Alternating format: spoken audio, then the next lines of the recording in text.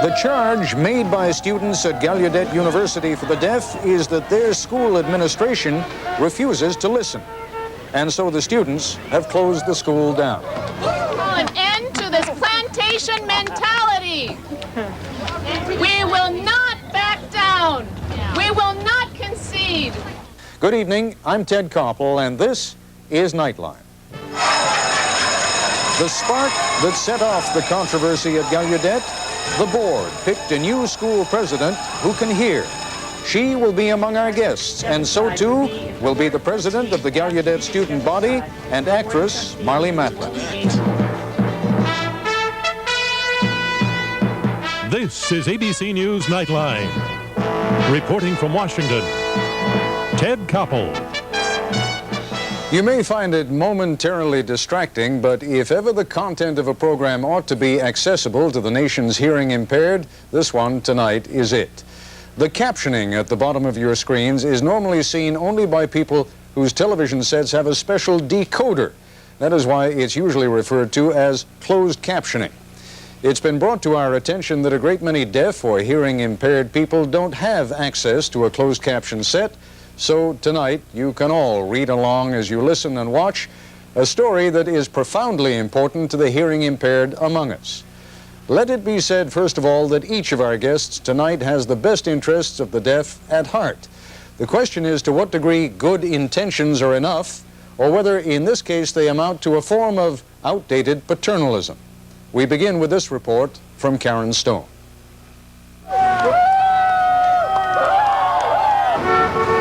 The occasional silence of deaf demonstrators may appear unusual to the hearing. Gallaudet students have made their demands loud and clear. Deaf president now! Deaf president now! We deaf people have our right, and now the time that we need a deaf president. We don't want one, we need one. The confrontation was ignited by the university trustees' selection of a new president, choosing a hearing woman who is just now learning sign language over two deaf candidates. The students' reaction when the board chairman faced them Monday was outrage. If you'd like for us to listen to the students will have to be a little quieter. We want Dr. Zinsser to resign as the president-elect, and we want to have a deaf person selected immediately. We want Ms. Spillman to resign. We want to have at least 51% deaf representation on the board. Since then, students have virtually shut down the campus, marched on the Capitol, and brought national attention to the issue of deaf pride. Support has swelled to include alumni, staff, national deaf organizations, and today, the university's faculty. Therefore, be it resolved that the collegiate faculty, meeting on March 9th, calls for the Board of Trustees to withdraw its offer to Dr. Zinsser and to offer the presidency to one of those qualified hearing-impaired candidates. During its 124-year history, Gallaudet University, the only liberal arts college for the deaf in the United States, has built an international reputation for excellence. It is the alma mater for 95% of the nation's deaf college graduates. Gallaudet offers 30 undergraduate and graduate degrees, along with preschool, elementary, and secondary school programs. It is a research institute and national clearinghouse for information on deafness. It is to the deaf people of the world what Mecca is to the Arab people of the world, what Jerusalem is to the Jewish people of the world. They say, I'm deaf. Those folks who call me friend.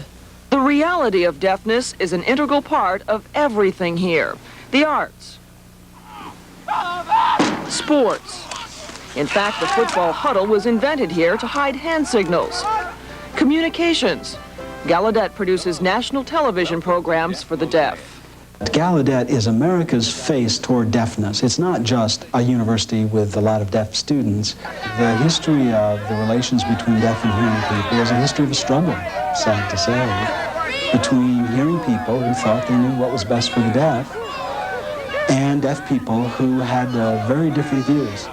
It's a struggle that many feel goes beyond the question of who will lead Gallaudet University.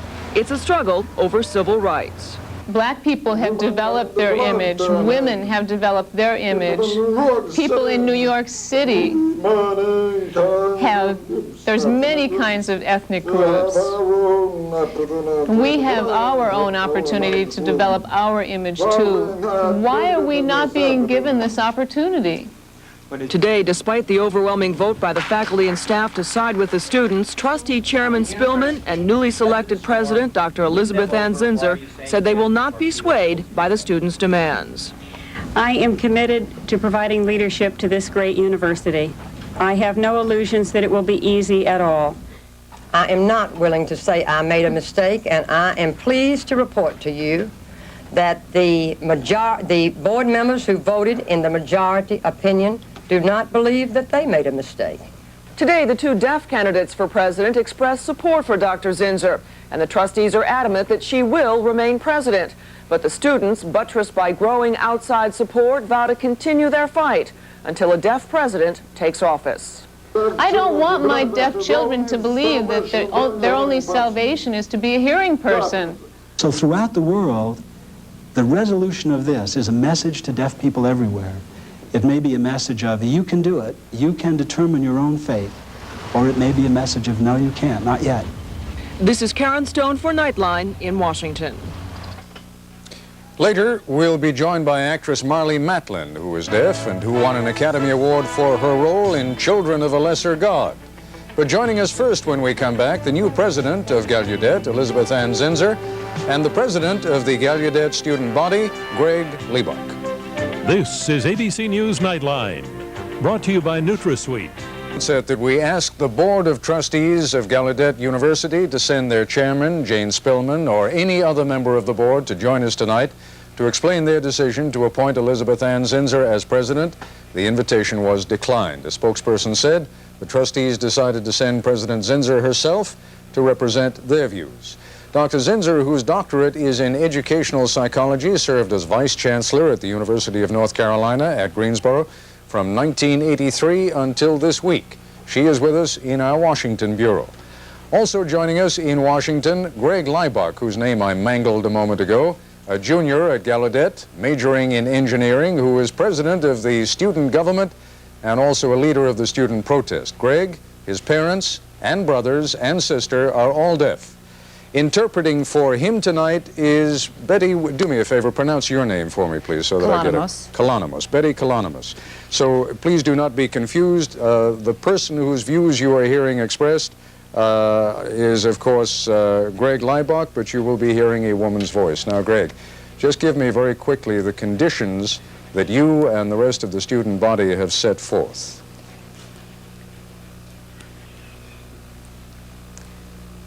Okay, there are 4 conditions that we have established. And all 4 of them have been supported by both the hearing and deaf faculty and staff, and the deaf community, as far as we can tell worldwide, has supported these. First, that Dr. Zinser resign, and that we have a deaf president selected. Second is that the chairman, Spillman, resign from the board and as chair. Third, that at least 51% of the Board of Trustees be deaf.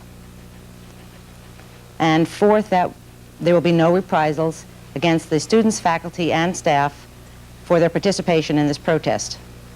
What you are really asking for, or what you are really demanding here, amounts to an unconditional surrender, not only on the part of the newly appointed president, but also on the part of the board.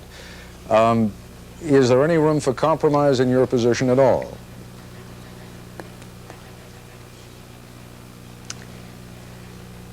We regret that we do not want to compromise at all, because we have been making many concessions for many, many years. And this time we feel very firm that we will not bend on these issues. And we will stay on these 4 demands, and it's becoming harder and harder for us to compromise because we're getting increasing support from more and more people. And we're getting financial support, moral support, and so we feel that the board has very little support at this point, and theirs is decreasing, so we feel it's time for them to make the concessions. Dr. Zinsser, what we have heard from both you and from the chairman of the board and other members of the board indicates that there is little or no room for compromise in terms of your position either at this point. What's happening, of course, is that a whole lot of youngsters here are not getting an education. You are not really not able to begin your job. You seem to have neither the support of the faculty nor of the student body right now.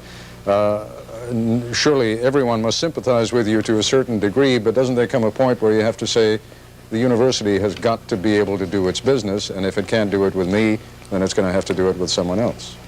Well, Ted, I've taken the position, having been invited to serve as president last Sunday night and not intending to be available until July, but coming to Washington this week and discovering the situation, I elected to go ahead and assume my duties immediately in order to attempt to resolve some of the concerns and difficulties that are occurring on the campus.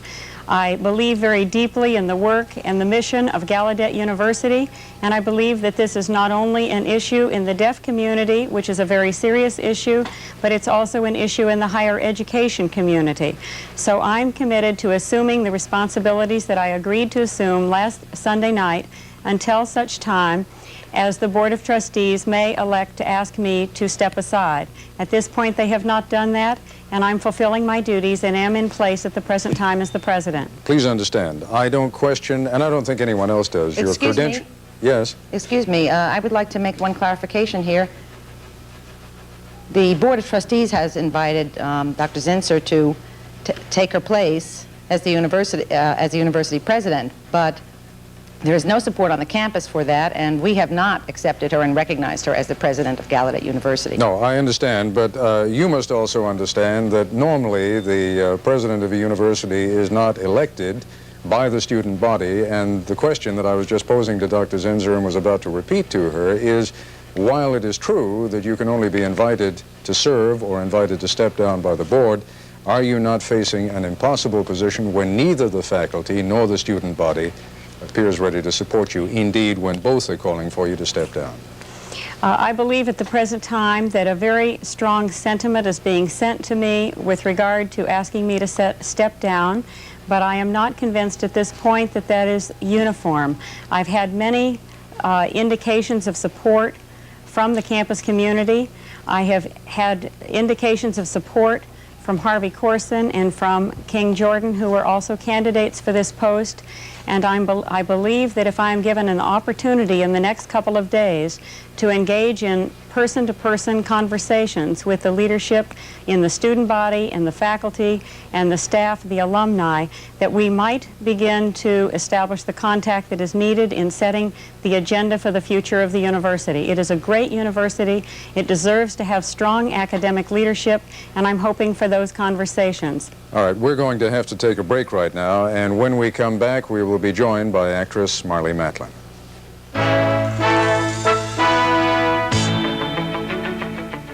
Last year, she received the Academy Award for Best Actress for her role in Children of a Lesser God. This year, Marlee Matlin will be one of the presenters at the award ceremonies. Ms. Matlin, who holds an honorary doctorate from Gallaudet, joins us now in our Los Angeles bureau, and interpreting for her is Jack Jason.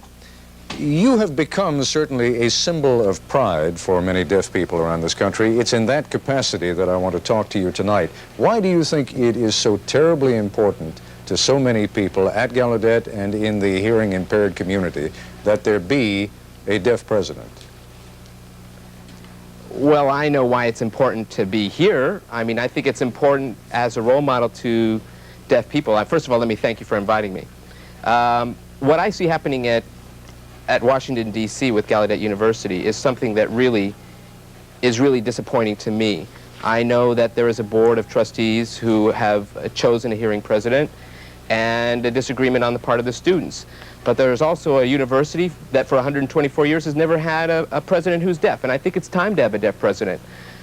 I'm not familiar with Dr. Zinsser, and I respect her as a human being, and I understand exactly what she does. But I disagree in the fact that there have been only 2 or 3 deaf board members, and they were the ones who voted for the deaf candidates, and the hearing people have voted for the hearing candidate. I think it's time that, I mean, that shows that there's something wrong and there needs to be a change. If, and I don't know for a fact that this is so, but if it were true that the other two candidates simply were not of the same caliber as Dr. Zinsser, if they simply would not make as good a president, is it so important that there be a deaf president that someone be selected even though their credentials are not as good and their qualifications are not as high? I think, I mean, there just has to be somebody who's qualified and deaf. There are deaf people out in the community. I mean, you don't know how many deaf people there are. There are lots of qualified people out there. It's unbelievable. And I have to tell you that I've talked with a lot of people here in California about what they think that's happening in Washington, and they support the students 100%. I've seen children here at deaf schools who have dreams to go to Gallaudet College, to become whatever they want to be. And now they see students protesting on the street against the fact that they have a hearing president or whatever's happening there. And their dreams are shattered. It's not good. They're not providing the role model that they need. And I'm just letting them know that I'm a bit embarrassed to have this degree from Gallaudet University because I was chosen by the board. Those are the people, I'm sorry to say, those are the people who I think are really deaf. Let me talk to Dr. Zinsser again for a moment, and the question I would put to you, Dr. Zinsser, is given the intense passion of feelings here, given the importance of the symbolism, given what Marlee Matlin has just said, I know you can understand it because you're an empathetic person. Can you understand it to the point that you might even say, if it's that important to all these people, under those conditions, I would step down? I feel that at the first step needs to be having some conversations with students, sharing these views with me and helping me to understand this perspective. I would like to ask, if I may... Why didn't we have the conversations before, Marlee says? I would like to ask... Before the decision was made.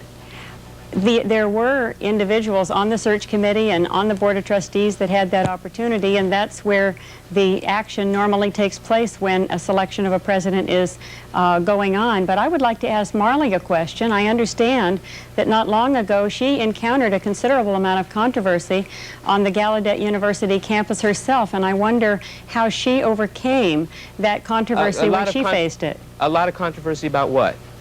When it was being considered for your honorary degree. And I wonder how you overcame that, Marlee. Well, I mean, I overcame. I mean, I understand the position, the question that you're asking. But I accepted the honorary degree that they gave me because, I mean, there was no protest. I never saw it myself. I can let you know that I'm just, again, I have to repeat it again, I'm embarrassed about what's been happening there. I really am. I'll tell you what, let me interject here for a moment because I'm afraid we're going to get lost on another issue here, and what I'm trying to get to is clearly whatever room there was for conversation now seems to have been lost in the middle of demonstrations, and I must say, Dr. Zinsser, I'm reading in tomorrow morning's Washington Post that several members of Congress are threatening or saying that the possibility exists that they will have to cut off some of the funding to Gallaudet College unless you are withdrawn. And 75% of Gallaudet's funding comes from Congress. Yes, I understand, and I would find that to be a very unfortunate circumstance because Gallaudet University is a private institution, admittedly funded largely by the federal government. And I'm hoping that the Congress will allow me to take my place as president and provide the opportunity for leadership in moving the university into the 20th century. Excuse me, Ted. No, I'll tell you what, hold on one second, Greg. We have to take a break. I promise when we come back, I'll come to you first of all, okay? We'll continue our discussion in a moment. Conversation now with Greg Leibach, the student representative from Gallaudet. Greg, you indicated at the top of this broadcast that you are not prepared to have any compromise. But let me ask you this. Would you be prepared, together with a representative from the faculty and perhaps even a representative from one of the Congress people who serves on the board, to meet with a board representative and Dr. Zinsser in order to try to create some kind of a solution that will be to everyone's benefit? What's happening right now is to no one's, clearly. Okay, Ted. My remarks now are addressed to Dr. Zinsser because I really feel it's important to address what she said. She said she was not convinced because she got some indication of support. But I think that the reasons that she's not convinced is because she doesn't have access to the community, and there's no dialogue. I mean, there really is no one solution that can be reached unless these demands are met. There's been a lot of damage because we may lose funds from Congress. We already have a lot of destructive forces now on the deaf community.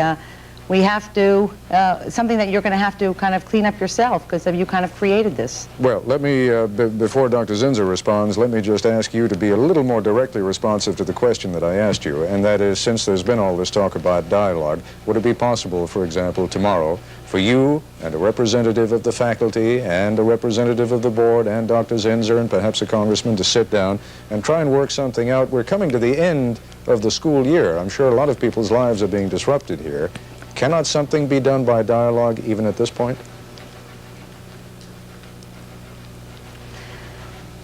We have had some dialogue with Dr. Zinsser in the past, and we came out with no positive solution. So we have decided on the basis of this that there will be no dialogue. Until the 4 demands are met, we were not ready to have any more dialogues. It's a very, very simple request. And that request just may have to be our, our command in the future. All right, Dr. Zinsser, well, hold on, folks. Dr. Zinsser, we're down to the last 30 seconds, yes. And I really do feel that Dr. Zinsser needs to have a chance to respond to this, so please go ahead. Thank you, Ted. I did have an exchange for about 10 minutes this morning with 4 of the students, which was very short, attempting to make contact with the students. And I have invited them to join me tomorrow and hope that will be possible. Thank you very much. I'll tell you what, we've just made a command decision here. We're going to go over a little bit. Don't worry about it, Marley. You've got a chance to jump in here too. Please go ahead. Oh, great, good, thank you. I think that, to get to the point, 124 years is much too long. 124 years of only one-way conversations. And I can tell you truthfully, Dr. Zinsser, I really think how arrogant it can be of the university to come to a school not knowing a thing about deafness, not knowing a thing about sign language. And I'm talking to all board, hearing people who are deaf inside. I think they are deaf inside. It's very selfish on their part not to let deaf people have the chance to speak, have the chance to be the president. And I think the whole time, for that 124 years of one-way conversation, is something that has to change. It has to change, and there has to be new lives. There has to be new everything. Dr. Zinsser? Uh-huh. Yeah, go ahead. If I can make a final comment, I'd just like to say that at this point in time, as president of Gallaudet University, I want to indicate that the university is an extraordinary institution. It deserves to have the continued funding of the Congress and the continuing strength into the future in its mission as an educational institution and a significant research institution. Excuse me. Are you implying that a deaf person can continue that for the future? Not at all. As a matter of fact, I would hope... Well, someone said that. Someone I have heard in the board said that deaf people aren't able to function in the hearing world. And I wish I could name that person right now, but I can't. Okay, I do not know about a quote of that sort. I can only speak for myself. I'm sure you do, Dr. Zinsser. I truly believe, I believe very strongly that a deaf individual one day will not only be the president of Gallaudet... Why not now? Why not now? Look at me. Look at me. I'm having a very hard... No, that's old news. I'm tired of that statement. One day, again and again, someday a deaf person... We've got to break this cycle. It is again and again. It is. It's old news. The past presidents have always said Folks, that. Someday. I'll tell you what. We have something approaching anarchy here, because even while the two of you are talking at the same time, which makes it very difficult, we are also hearing the voice of a man speaking for a woman and the voice of a woman speaking for a man. Have a little bit of compassion for the viewer who's trying to keep up with who's speaking, and I'm going to have to insist that you do it one at a time. Now, Greg, you had a point you wanted to make. Go ahead. Okay, this statement, one day a deaf president, is very old rhetoric. We've been hearing this for 124 years. We're getting tired of hearing this statement. This is just a cycle. Every time a new president comes in, they say, well, one day.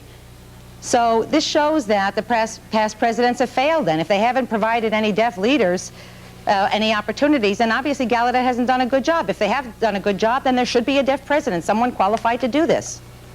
Greg, I apologize for making a statement that aggravated you. But what I'm really saying is that I do believe that deaf individuals have great capacities. There has been a tremendous growth in the positions that deaf people hold. They have abilities. May I finish my statement? Then prove it. The Board of Trustees has the authority to make a judgment about who should be the next president. I'm not in the position to do that. I would like to say, however, that I think it's a premier institution and an institution in which the development of deaf individuals into leadership positions and policy positions can occur. All right, folks, let me, excuse me one second. Let me ask one more question, and then we're going to have to bring this discussion to a conclusion. The question is this. Quite clearly, Gallaudet, at the moment, is an institution that is not functioning at all. It is not functioning because the students don't want it to function. It is not functioning because the teachers don't want it to function. And if you'll forgive my saying so, Dr. Zinsser, it's a little bit disingenuous to suggest that you are some kind of a puppet who cannot act on her own because the board has said you're in. If you decided, well, hold on, folks. If you decided on your own that what you have here is an untenable situation, you're certainly a free individual to make that decision. That's true. By virtue of resigning, that's true, Ted. But at this point, I haven't had enough conversation with the individuals and the parties involved in order to derive a judgment of that sort. I had a 10-minute conversation with the students this morning, and am attempting this week to set up some meetings in order to help us understand one another. And so the time will tell.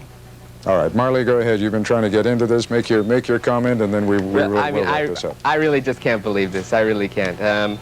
I could go on and on with this, but it seems to be her show. All right, Greg, yes, go ahead. Can I say one final thing? Yes, you can. Okay, remember, the board's got 17 hearing people on it. Almost all of them cannot sign at all. All of them don't know anything about deaf people. They come in whenever they come in and meet. 3 times a year, they vote on things, and then they leave. They shows no commitment. They don't know anything about deafness. And that's why we want to have a majority of deaf people on the board so that they can be in touch with the administration of the school. And so that Dr. Zinsser should not follow the Board of Trustees. They should follow what our demands are and our desires are, because we know. All right, folks, I'm Ted, afraid can I say one thing? No, I'm Ted, sorry. I'm afraid we really do have to bring this to a conclusion right now. If nothing else, I think we've begun to outline the dimensions of the problem. I regret to say I don't think we've come any closer to resolving it. But I hope for all your sakes that it is resolved in the very near future, and I'm very grateful to the 3 of you for joining us this evening. Thank you, Ted. That's our report for tonight. I'm Ted Koppel in Washington. For all of us here at ABC News, good night.